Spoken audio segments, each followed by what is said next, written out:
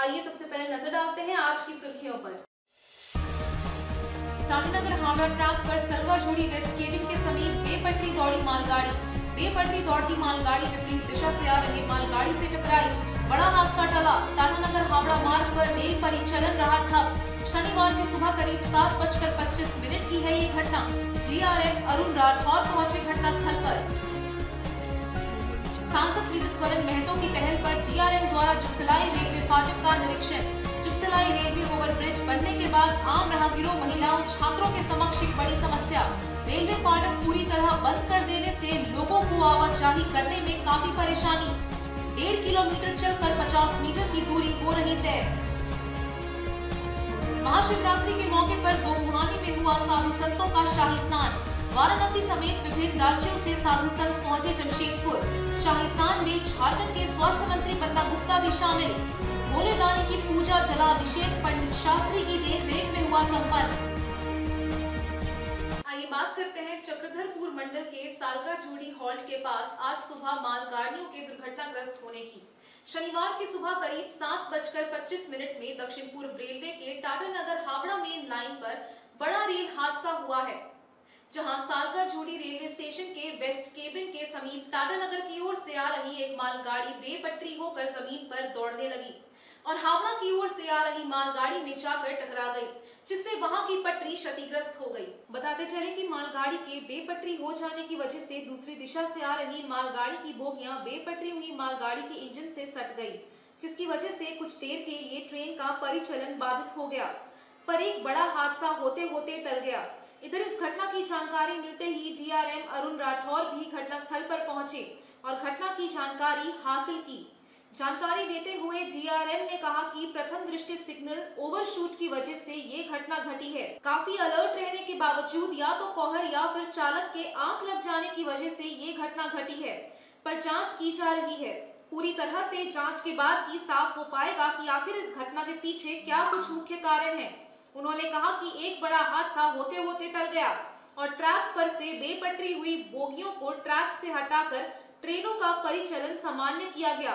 अभी primary phase से तो हम यही बोल सकते हैं कि सिग्नल ओवरशूट किया है एक ड्राइवर ने। उन्होंने कोई सोबर ही था, अलर्ट ही था, लेकिन अब कई सुबह की टाइम है, 7 बजे की टाइम है, थोड़ा पता नहीं अब नींद झपकी होगी या फॉग की वजह से, वो डिटेल में जाएंगे। लेकिन उसके वजह से हमारा कोचिंग का ट्रेन जो है वो 1 घंटा या 1.5 घंटे से ज़्यादा हमने नहीं रुका है। बाकी सब कोचिंग ट्रेन आगे पीछे हमने टाइम पे निकालने की कोशिश कर रहे हैं। तो हम तो ये कह सकते हैं कि डिटेल इंक्वायरी जाने से ही पता चलेगा। फिलहाल लकीली हमारे पास कोई कैजुअल्टी नहीं है, बस वो हम सब शुक्रगुजार। आइए बात करते हैं जिले के सांसद की पहल पर डीआरएम द्वारा जुगसलाई रेलवे फाटक का निरीक्षण किए जाने की। जुगसलाई रेलवे ओवरब्रिज बन जाने के बाद रेलवे द्वारा फाटक बंद कर देने से आम लोगों के सामने एक बड़ी समस्या उत्पन्न हो गई है। लोग जान जोखिम में डालकर रेलवे फाटक पार कर रहे हैं। स्थिति की गंभीरता को देखते हुए जिले के सांसद की पहल पर डीआरएम ने रेलवे फाटक का निरीक्षण किया और जल्द से जल्द फुट ओवर ब्रिज बन जाने की बात कही। बताते चले कि वर्षों पुरानी लाखों लोगों की मांग जुगसलाई रेलवे ओवर ब्रिज भले ही बनकर जनता के सुपुर्द कर दिया गया है, पर रेलवे ओवर ब्रिज बनाने के बाद आम राहगीरों, महिलाओं, छात्रों के सामने एक बड़ी समस्या आ गई है। रेलवे फाटक पूरी तरह से बंद कर देने से लोगों को आवाजाही करने में काफी परेशानियों का सामना करना पड़ रहा है। या तो लोग रेलवे ट्रैक को जान जोखिम में डालकर पार कर रहे हैं या फिर 1.5 किलोमीटर चलकर 50 मीटर की दूरी तय कर रहे हैं। लगातार इस मामले को लेकर कई राजनीतिक दलों ने आंदोलन भी किया। अंततः जिले के सांसद विद्युत वरण महतो ने डीआरएम के साथ रेलवे फाटक पर किस तरह से फुट ओवर ब्रिज बने इसे लेकर स्थल निरीक्षण किया। साथ ही साथ बागबेड़ा के वायरस मैदान में वॉकिंग ट्रैक और मैदान के सौंदर्यीकरण को लेकर भी निरीक्षण किया। जानकारी देते हुए सांसद विद्युत वरण महतो ने कहा कि जब तक धरातल पर उतरकर स्थिति को समझा ना जाए तब तक परेशानियां समझ नहीं आएंगी। उन्होंने कहा रेलवे द्वारा तो कार्य किया जाएगा, राज्य सरकार भी इसमें अपना सहयोग करे और जल्द से जल्द फुट ओवर ब्रिज आम लोगों के सुपुर्द कर दिया जाए। साथ ही उन्होंने कहा कि रेलवे द्वारा मैदान का सौंदर्यीकरण भी किया जाएगा। जुगसलाई ओवर ब्रिज बनने के बाद लोगों का डिमांड था कि फुट ओवर ब्रिज बने, कि थोड़ा दूर से लोग को आना जाना पड़ रहा, क्योंकि वहाँ पर काफ़ी मजदूर इस पार उस पार होते हैं और बच्चे लोग भी पढ़ाई लिखाई में। दूसरी बात वो बिजनेस का मिनी हब है, इस पर्पस भी लोग आते जाते रहते हैं, इसलिए फुट ओवर ब्रिज वहाँ मूलतः जरूरी है। तो अभी हमने चेयरमैन और मंत्री जी से बातचीत किए थे, तो जीएम साहब वहीं से डीआरएम साहब से भी बातचीत हुआ दिल्ली से। तो आज हम लोग तय किए थे कि इसका एक बार वास्तु स्थिति को देखने के लिए ज़मीन पर जाना जरूरी है। तो आज हम लोग का एक ऑप्शन देख कर जा रहे हैं डीआरएम साहब, और इसका बाकी सब एस्टीमेट वगैरह बनेगा। एक सेंट्रल से भी प्रपोजल जाएगा, स्टेट गवर्नमेंट में भी सहयोग करे तो और अच्छा बात है। तो फुट ओवर ब्रिज का जो मांग है हम लोग चाहते हैं जितना जल्दी हो उसको पूरा कर सके। दूसरी ओर ये जो बहुत दिन से वालेस मैदान का वॉकिंग ट्रैक के लिए लोग यहाँ से कह रहे हैं, ताकि सौंदर्य और खेलने का मैदान भी इतनी बड़ा आबादी कहीं नहीं है और रेल का ज़मीन है, इंक्रोचमेंट भी नहीं है। लोग यहाँ पर देखता है इसको कोई इंक्रोचमेंट ना करे, इसीलिए एक मैदान के रूप आखिरी तक अगर हम लोग दे खेलने कूदने के लिए कोई झूला वूला लग जाए तो बेहतर हो जाएगा। इसी के तहत डीआरएम साहब को हम धन्यवाद देना चाहते हैं कि दोनों ही इम्पोर्टेंट चीज़ में उन्होंने स्वयं आकर इसको विजिट किया और आगे इसको जितना जल्दी हो सके प्रपोजल बना के इसको धरातल में उतारने का हम लोग करते हैं। स्थल निरीक्षण करने पहुंचे डीआरएम ने कहा कि दोनों स्थलों का निरीक्षण किया गया है, फंडिंग की कोई समस्या नहीं है, बहुत जल्द फुट ओवर ब्रिज का कार्य शुरू किया जाएगा। साथ ही उन्होंने बाग पीड़ा वायरस मैदान में भी सौंदर्यीकरण और वॉकिंग ट्रैक के लिए अपनी हामी भरी। कि दो बड़े मुद्दे यहाँ के लोकल के हम मेरे नोटिस में लाए और हमारे साथ साहब भी इंस्पेक्शन किए और दोनों बहुत ज़रूरी चीज़ है। हम उसका कुछ न कुछ हल निकालेंगे। 100% ही मान लो फुट ओवर ब्रिज का ही करेंगे। अब फंडिंग का बात छोड़ दीजिए, फुट ओवर ब्रिज करेंगे और इसके अलावा ये ग्राउंड का भी हम रेलवे की तरफ से ही जो वॉकिंग ट्रैक है और छोटा मोटा ब्यूटिफिकेशन बच्चों का खेलने वाला चीज़ जो भी है, ये सब चीज़ हम जल्द से जल्द करवा दें। आइए बात करते हैं आज महाशिवरात्रि के मौके पर दो मुहानी में हुए साधु संतों के शाही स्नान की। जमशेदपुर के सोनाली स्वर्ण रेखा और खरकई नदी के संगम स्वर्ण रेखा नदी घाट पर आज महाशिवरात्रि के मौके पर भोर 5 बजे से ही साधु संतों का शाही स्नान शुरू हो गया था, जिसमें वाराणसी समेत विभिन्न राज्यों से साधु संत पहुंचे थे। शाही स्नान में झारखंड के स्वास्थ्य मंत्री बन्ना गुप्ता भी शामिल हुए। बताते चले कि दो मुहानी स्वर्ण रेखा नदी घाट पर नागा बाबा समेत वाराणसी से आए साधु संतों ने शाही स्नान के बाद नदी घाट पर ही कृत्रिम शिवलिंग पर पूजा अर्चना की। स्वास्थ्य मंत्री बन्ना गुप्ता ने शाही स्नान के मौके पर पूजा अर्चना के साथ सभी साधु संतों को सम्मानित किया। शाही स्नान के बाद सुबह 10 से 12 बजे तक भोले दानी की पूजा हुई, फिर जलाभिषेक किया गया। ये सारे पूजन का कार्य पंडित शास्त्री की देखरेख में संपन्न हुआ। वहीं संध्या साफ 5 बजे से काशी के 80 घाट के 11 पंडित आचार्य मोहित की देखरेख में स्वर्ण रेखा आरती करेंगे। आज महाशिवरात्रि का पवित्र पर्व है और ये आप सभी श्रद्धालुओं से आग्रह है दो मुहानी का ये समागम है कि आस्था का महासंगम के जिसमें दोनों नदियों पहला भाग का जुड़ाव होता है। के साथ प्रारंभ हुआ, इसे बहुत पवित्र माना जाता है और आज सुबह शाही स्नान हुआ है। 9 बजे होने वाला है। साधु संतों का शाही स्नान भगवान हुआ। शंकर का, भगवान शिव का जलाभिषेक का कार्यक्रम है। उसमें आप शिवरात्रि की पूजा होगी, भगवान शिव की जलाभिषेक होगा। जो कार्यक्रम को मुख्य आकर्षण का केंद्र है, शाम को जो है गंगा आरती के तर्ज पर गंगा आरती के जैसा स्वर्ण रेखा माँ की रेखा आरती का आयोजन किया गया है, वह इस कार्यक्रम का मुख्य आकर्षण का केंद्र है। ये स्थल पधारें टूसू पर्व मनाने वाले लोग सहयोगी टूसू पर्व मनाते हैं। लोक आस्था के महापर्व छठ को मनाया जाता है। गंगा हरिद्वार में हिंदू धर्म कर्मकांड के सारे कर्म यहाँ होते हैं। ये पवित्र स्थली है और मुझे लगता है शाम को हजारों हजार लोग और गंगा यहाँ के भक्ति में माहौल में लाभ उठाएं, रम जाएंगे। साधु संतों का जो आयोजन हो रहा है ये तो हम लोग सर्वप्रथम यहाँ पर आए हैं। इसका तो हमको ये नहीं है, पर तब पर भी ये लोग जो भी करा रहे हैं ये ये जो है महादेव का उनका ऊपर कृपा है। और जो ये जो करा रहे हैं उनको महादेव का कृपा बहुत है, इसलिए उनको हम कहेंगे कि ये जो है आप हर एक साल करिए और ब्राह्मणों को जो है दान दक्षिणा दे के विदा करिए, कैसे कि इसी का फल जो है बहुत महत्व होता है। आज शिवरात्रि है, आज क्या महत्व है शिवरात्रि का? ये देखिए शिवरात्रि का महत्व ये है कि जो भी जो है व्यक्ति जो है शंकर भगवान का जो है रात्रि में चारों पहर में जो है भगवान का हर एक पहर में शिव का जो पूजा करता है उसको जो है भगवान जो है उनका कृपा प्राप्त होता है और जो है वो मनुष्य जो है धन हो जाता है जो चारों पहर में पूजा करता है। चारों पहर में पूजा करने का मतलब है कि हर एक पहर में जो है ब्राह्मण उनको पूजा कराता है जजमान को, और एक पहर का जो है अपना दक्षिणा वो दान देते हैं, फिर दूसरा पहर होता है, फिर तीसरा पहर होता है, फिर चौथा पहर में जो है भगवान का जो है विसर्जन करके जो है उनको आरती मंगल करके जो है और उनको अर्चना किया जाए।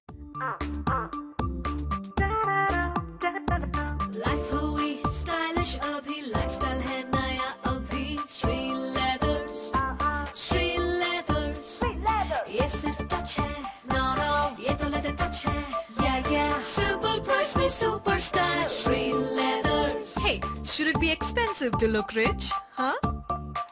Sri Leathers, world class, right price. Life हुई stylish अभी.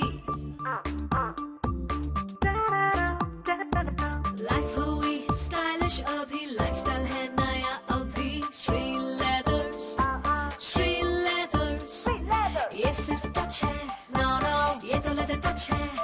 Yeah, simple price में super style, Sri Leathers. Hey, should it be expensive to look rich, huh? Sri Leathers, world class, right price. Life हुई stylish अभी. Life हुई stylish अभी, lifestyle है नया अभी. Sri Leathers, Sri Leathers. ये सिर्फ टच है, no, ये तो leather touch है. Yeah, simple price में super style, Sri Leathers. Hey, should it be expensive to look rich, huh? Sri Leathers, world class, right price. Life हुई stylish अभी. Life हुई stylish अभी, lifestyle है नया अभी. Sri Leathers, Sri Leathers. आइए बात करते हैं जमशेदपुर हॉर्टिकल्चर सोसाइटी द्वारा 8वां गार्डन ऑफ द ईयर 2023 का आयोजन किए जाने की। जमशेदपुर हॉर्टिकल्चर सोसाइटी के तत्वावधान में 8वां गार्डन ऑफ द ईयर 2023 का आयोजन मेल्डी क्लब में किया गया, जहां अलग अलग कैटेगरी में विजेताओं को पुरस्कार देकर सम्मानित किया गया। इस पुरस्कार वितरण समारोह में मुख्य अतिथि के रूप में टाटा स्टील के वीपी चाणक्य चौधरी मौजूद रहे। वैसे इसमें स्कूल, कॉलेज, विश्वविद्यालय, शिक्षण संस्थान, विभिन्न कंपनी, अस्पताल एवं निजी घरों की कैटेगरी शामिल है। प्रत्येक कैटेगरी में विजेताओं को यहां पुरस्कार तथा सर्टिफिकेट देकर सम्मानित किया गया। मुख्य अतिथि चाणक्य चौधरी ने कहा कि जमशेदपुर शहर को लोग स्टील सिटी के नाम से जानते हैं, लेकिन इसे क्लीन और ग्रीन सिटी के नाम से भी जाना जाता है और हमारा शहर देश विदेशों के कई शहरों के मुकाबले ज्यादा हरा भरा और प्रदूषण मुक्त रहता है और ये सब यहाँ के निवासियों के सहयोग से ही संपन्न हो पाया है। उन्होंने कहा कि ऐसे ही पर्यावरण प्रेमियों को प्रोत्साहित करने हेतु हर वर्ष इस प्रतियोगिता का आयोजन होता है और विजेताओं को पुरस्कृत कर उनके हौसले को बढ़ाया जाता है। उन्होंने कहा कि हम सब मिलकर इस प्रयास को लगातार आगे बढ़ाते रहेंगे ताकि हमारा शहर और हरा भरा बन सके।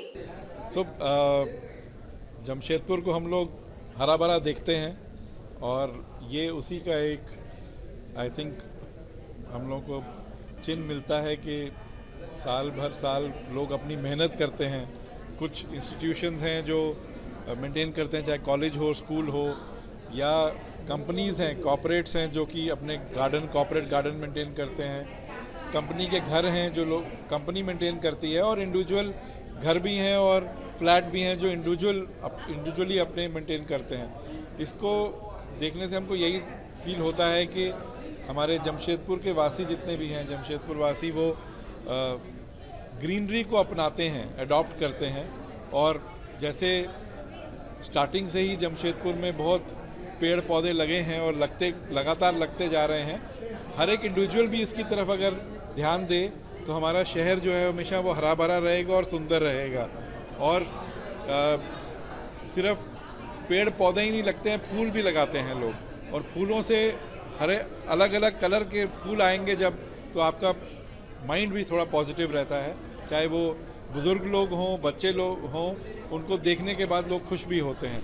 तो मुझे लगता है कि ऐसे आयोजन जो असेसमेंट हुई, अभी कुछ 2 साल पेंडेमिक के कारण बंद रहा, लेकिन अभी एक फुल फ्लेजेड असेसमेंट हुई, उससे काफ़ी पार्टिसिपेशन रही यहाँ पे। और आज जो अवार्ड वितरण हुए, रिकग्निशंस मिले, उसमें बहुत मेहनत है इसके पीछे। और मेहनत सिर्फ उनकी नहीं है जो घर में रहते हैं, मेहनत उनकी है जो घर में उस पूरे वो बगीचे में काम करते हैं, जो गमले मेंटेन करते हैं। और मुझे खुशी है कि वो लोग भी सब आज हमारे साथ शामिल हुए इस अवार्ड फंक्शन के लिए। मैं एक किसी को जानता हूँ जिसको डिप्रेशन का इशू है, और वो हमेशा मुझे कहते हैं कि डॉक्टर के पास जाइए तो दवाई मिलती है, तो पेपर पढ़िए तो नेगेटिव न्यूज़ मिलती है, लेकिन आप अगर बाग बगीचे में चले जाएं जहाँ पे सिर्फ आपको अलग अलग कलर के फूल मिलेंगे, अलग अलग पत्तों का साइज़ होता है, डिज़ाइन होता है, उस पर अगर आप बहुत ध्यान दीजिए तो आप अपनी जो भी मेंटल स्ट्रेस है उसको आप भूल जाते हैं। और एक नेचर का तरीका है आपको पॉजिटिव थिंकिंग की तरफ ले जाने का।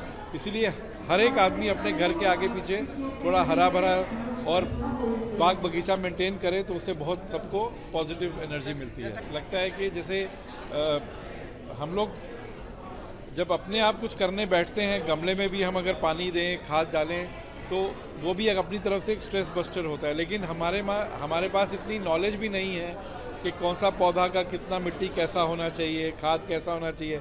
और हमारे जितने भी गार्डन में काम करते हैं, चाहे वो माली हैं, गार्डनर हैं, उनके पास जो एक्सपर्टीज़ है वो उनके पास ही है, और उन्हीं के कारण जो है हमारे बाग बगीचे हरे भरे और सुंदर नज़र आते हैं। इसीलिए उनको एटलीस्ट मैं समझता हूँ उन सब ने ये मेहनत की है, ये सब रिकग्निशन उनके लिए। हमारे DBMS जो कॉलेज है वो शिक्षा का संस्थान है, वहाँ स्टूडेंट्स आते हैं तो उनका ऐसा माहौल मिलना चाहिए जहाँ खुशी खुशी आ सके और कुछ वक्त बिता सके। कॉलेज का तो कुछ टाइम होता ही है, लेकिन कॉलेज के बाहर टाइम में उनको ऐसा माहौल मिलना चाहिए कि बहुत ग्रीनरी हो, हरा भरा हो। हम लोगों ने अभी हाल में एक फाउंटेन लगाया है और सारे एरिया को ब्यूटीफाई किया है, सुंदर बनाए हैं। तो हमारे बच्चे जो आते हैं बहुत खुश होते हैं कि ऐसा माहौल में उनको शिक्षा प्राप्त होती है। नेशनल एजुकेशन पॉलिसी का भी ये उद्देश्य है कि एकेडमिक सिखाने के साथ साथ उनको बहुत सारी चीज़ें सिखाई जाए, जैसे बागवानी है, स्पोर्ट्स एंड गेम्स है। तो हमारा ये प्रयास रहा है हमारे कॉलेज में, अपार्ट फ्रॉम ग्रीनरीज, फूल पत्ते सब जो दिखते ही हैं, उस पर कुछ खास चीज़ें हैं, जैसे मेडिसिनल प्लांट लगाते हैं जिसपे उनको पता चलता है कि कौन सा पौधा से कितना मेडिसिन इफेक्ट होता है। उसी तरह कुछ फल लगाते हैं, कुछ सब्जियां लगाते हैं, कुछ अलग अलग सीज़न में अलग अलग फ्लावर्स लगाते हैं। तो ये जो गॉड्स क्रिएशन है उसको लोग अप्रिशिएट कर सकते हैं। तो उससे क्या होता है, शिक्षा के साथ साथ कुछ और भी सकते जिसके उसका व्यक्तित्व में उजागर हो, उनका पर्सनालिटी डेवलप होता है। इस उद्देश्य से करने से बगान की खूबसूरती और बढ़ जाएगी। आइए बात करते हैं आगामी 22 तथा 23 फरवरी को राजधानी दिल्ली में इंटेक का राष्ट्रीय अधिवेशन होने की। आगामी 22 तथा 23 फरवरी को राजधानी दिल्ली में इंटेक का राष्ट्रीय अधिवेशन होने जा रहा है, जहां इंटेक के राष्ट्रीय अध्यक्ष का एक बार फिर से चयन भी किया जाएगा। दिल्ली के टालकाटोरा स्टेडियम में इसका आयोजन होने जा रहा है, जहां इंटेक के राष्ट्रीय अध्यक्ष संजीवा रेड्डी व कांग्रेस के राष्ट्रीय अध्यक्ष मल्लिका अर्जुन खड़गे उपस्थित रहेंगे। इंटेक के झारखंड प्रदेश अध्यक्ष राकेश्वर पांडे ने कहा कि इंटेक विश्व भर का सबसे बड़ा मजदूर संगठन है और 3.5 करोड़ से ज्यादा इसके सदस्य हैं और देश भर में 5,500 यूनियन इंटेक से मान्यता प्राप्त यूनियन है। इस महाअधिवेशन में देश में बढ़ते बेरोजगारी और निजीकरण पर चर्चा की जाएगी।